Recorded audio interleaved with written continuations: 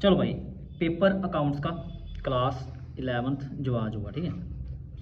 Paper कोई ज़्यादा मुश्किल नहीं था, बस ये चीज़ थी कि जिन बच्चों ने अचीवर से पढ़ा था उस तरह से कोई पेपर नहीं आया था। जैसे मानकर चलो हर साल क्वेश्चन आता ट्रायल बैलेंस से, सब्सिडरी बुक से, जर्नल एंट्री से, तो इस तरह से क्वेश्चन ही पेपर में नहीं आए थे और बच्चों को लग रहा पेपर टफ आया था, हालांकि पेपर बड़ा आसान था, ठीक है। चलो मेरे पास एक सेट आया, सेट ए है अकाउंटेंसी, तो मैं आपको बता देता हूँ कि पेपर के आंसर्स वगैरह क्या हैं, ठीक है। तो चलिए, क्वेश्चन नंबर 1 है, which is the last step of accounting as a process of information. तो भाई इसका आंसर आएगा सी, कम्युनिकेशन ऑफ इंफॉर्मेशन, क्योंकि ये क्वेश्चन लिया गया प्रोसेस ऑफ अकाउंटिंग से, recording, classifying, summarising, interpreting and last is communicating.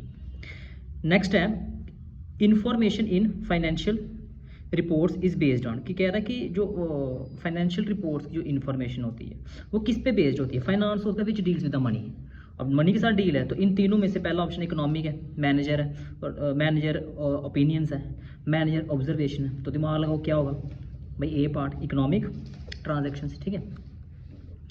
Next है अपना question number 3, A concept that A business enterprise will not be sold. ये कहता है किस कंसेप्ट के अंदर हम ये सोचते हैं कि बिजनेस को बंद नहीं करना है, चलते रहना चाहिए।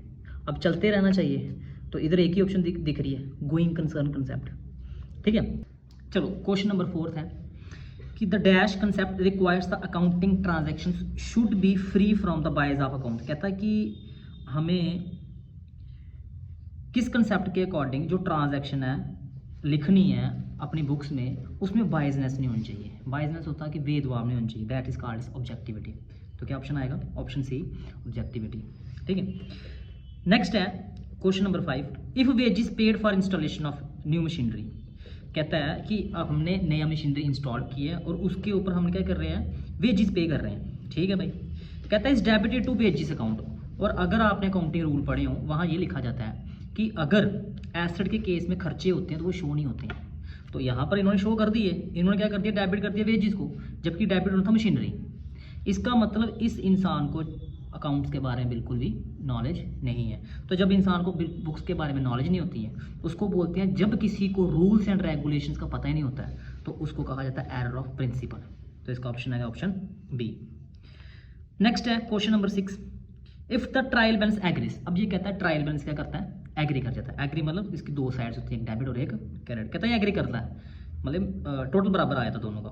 तो इट इंप्लाइज दैट, ये क्या कहता है, there is no error in the books, there may be 2 side error, there may be 1 side error. तो इसका आंसर है there is no error, error गलती ही नहीं है। तो जब गलती नहीं होगी तभी तो बराबर आएगा, ठीक है। नेक्स्ट है depreciation. Depreciation is a decline. कहता है डेप्रिसिएशन मतलब था डिक्लाइन, गिरना, इन दी वैल्यू, किसकी वैल्यू दिन पर दिन गिरेगी भाई, एसेट्स की वैल्यू गिरेगी। तो इसका ऑप्शन क्या है, ए, ठीक है। नेक्स्ट है क्रिएशन ऑफ, क्रिएशन मतलब बनाना, of reserves reduce taxable profits of the business. कहता है बिजनेस के जो टैक्सेबल प्रॉफिट है ना, कहता है अगर हम रिजर्व क्रिएट करें तो क्या क्रिएशन क्या हमारा टैक्स कम होगा या नहीं होगा। क्या कहता है, अगर हम रिजर्व क्रिएट कर रहे हैं तो क्या टैक्सेबल प्रॉफिट रिड्यूस होगा या नहीं होगा। तो भाई इसका आंसर है फॉल्स, क्योंकि प्रॉफिट तो हमने अर्न कर लिया हुआ है, ठीक है, तो उसका उससे कोई इफेक्ट नहीं पड़ेगा। ऑब्जेक्टिव हो गए। चलो भाई नेक्स्ट सेक्शन बी है।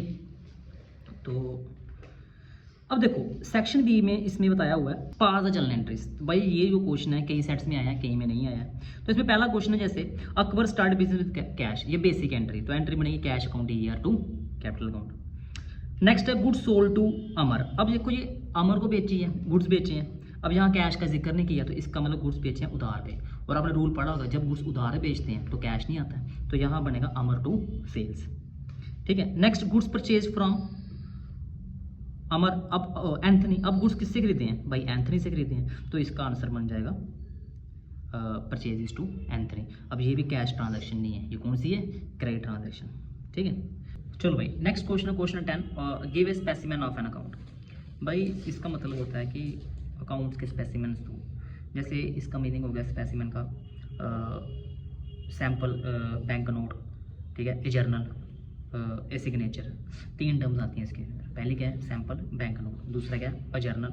जर्नल क्या हो गया, जहाँ पे हम ओरिजिनल बुक्स ऑफ अकाउंट्स में एंट्री रिकॉर्ड करते हैं, ठीक है। सैम्पल बैंक नोट के हो गए, ये वो नोट होते हैं जो किसके पास होते हैं, आरबीआई के पास होते हैं, लिमिटेड क्वांटिटी में होते हैं, ठीक है।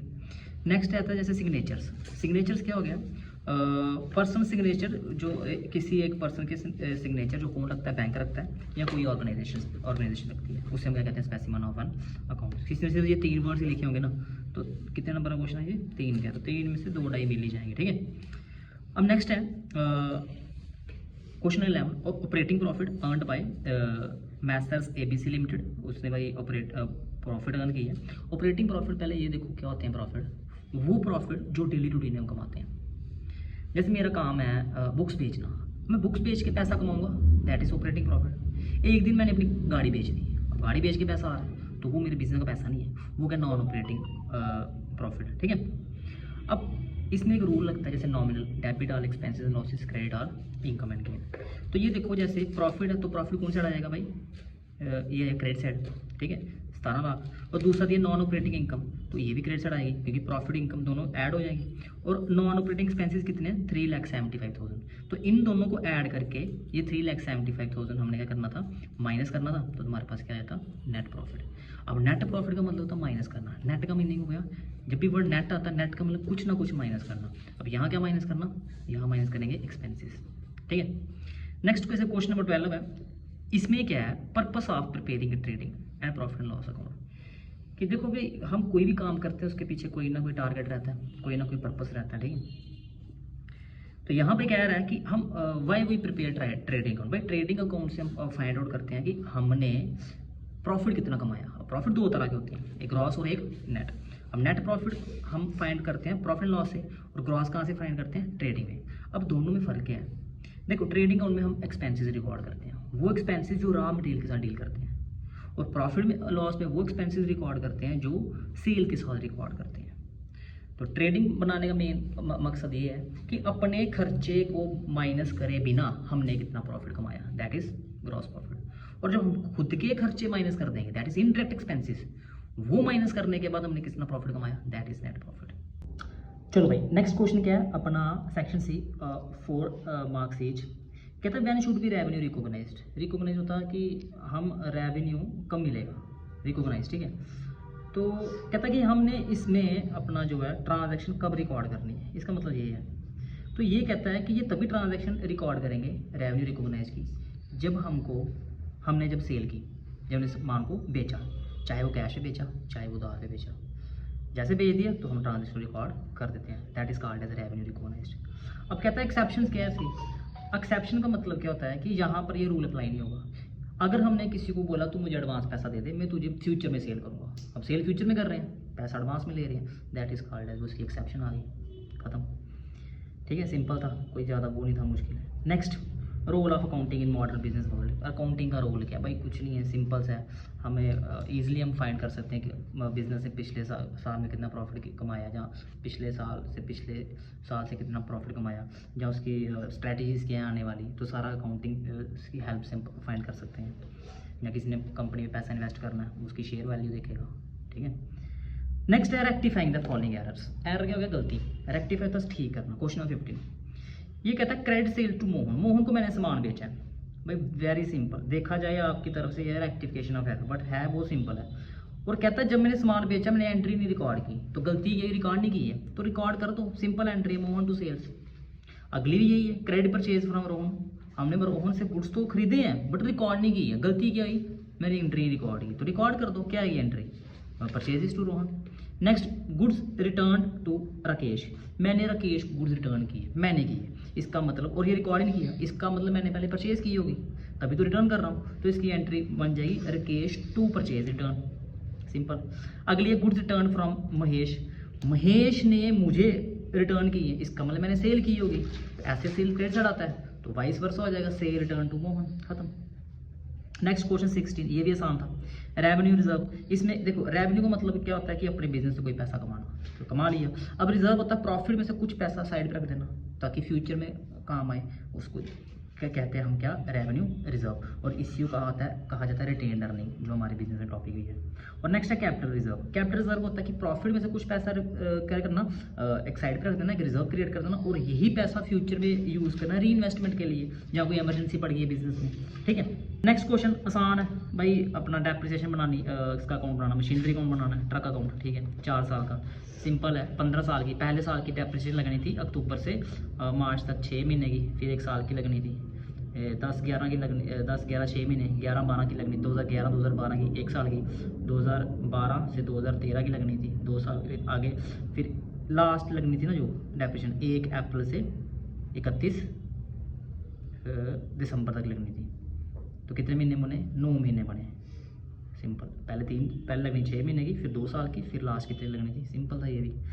क्वेश्चन नंबर आ जाओ भाई 18 में, ये भी आसान है, बुक का क्वेश्चन है। What is a bank reconciliation statement, ये क्यों बनाई जाती है? इसलिए बनाई जाती है जब हमारा बैंक बैलेंस और पासबुक और कैश बुक का बैलेंस क्या होता है, बराबर नहीं होता, तब बनाई जाती है, सिंपल। या इसका और क्या है, और ये क्या है कि सिंपल इसमें करना था, सबसे पहले दिया कैश बैलेंस, कैश बुक का बैलेंस दिया 3700, और पहली 3 एंट्री 700, 300, 180, ये कह रहा है कि हमने किसी को पैसे देने थे, हमने दिए, हमने अपनी बुक में माइनस कर दिए, पर बैंक ने नहीं किए, तो दोबारा ऐड कर दो। और जो 1200 की एंट्री है, हमने डिपॉजिट की, हमने ऐड की है, बैंक ने नहीं किए, तो माइनस कर देंगे, ऑटोमेटिक बराबर आ जाएगा। अगला बुक का क्वेश्चन है, कैश बुक, ठीक है, टाइप्स ऑफ कैश बुक कितनी होती है? 3, single column, double column, triple column, खत्म।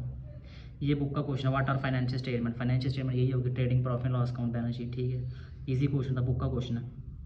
नेक्स्ट इसमें मेन क्वेश्चन है, क्वेश्चन नंबर 21 भाई। ये कुछ बच्चे कह रहे थे कि हमने ये क्वेश्चन नहीं किया, सिंपल था, ये एक एडजस्टमेंट एंट्री है फाइनेंशियल स्टेटमेंट में, बहुत सिंपल था। इसमें क्या करना था, पहले प्रॉफिट लॉस में ये सारे प्रोविजन डेबिट साइड आते हैं। पहले कितना आ जाना था भाई, पहले आ जाना था हमारे पास 2000, इसमें हमने ऐड कर देना था 500, ठीक है, तो 2500 हो गया। फिर इसमें हमने क्या करना था, डेटर 80,000 है, उसमें से हमने 500 माइनस करने थे, जो बच गया उसके ऊपर लेना 3%, ठीक है, वो प्रोविजन हो गया। वो जो 3% है उसके साथ ऐड करना, सिर्फ एक चीज़ माइनस होनी थी, ये provision for doubtful debt old वाले 5000, सिंपल।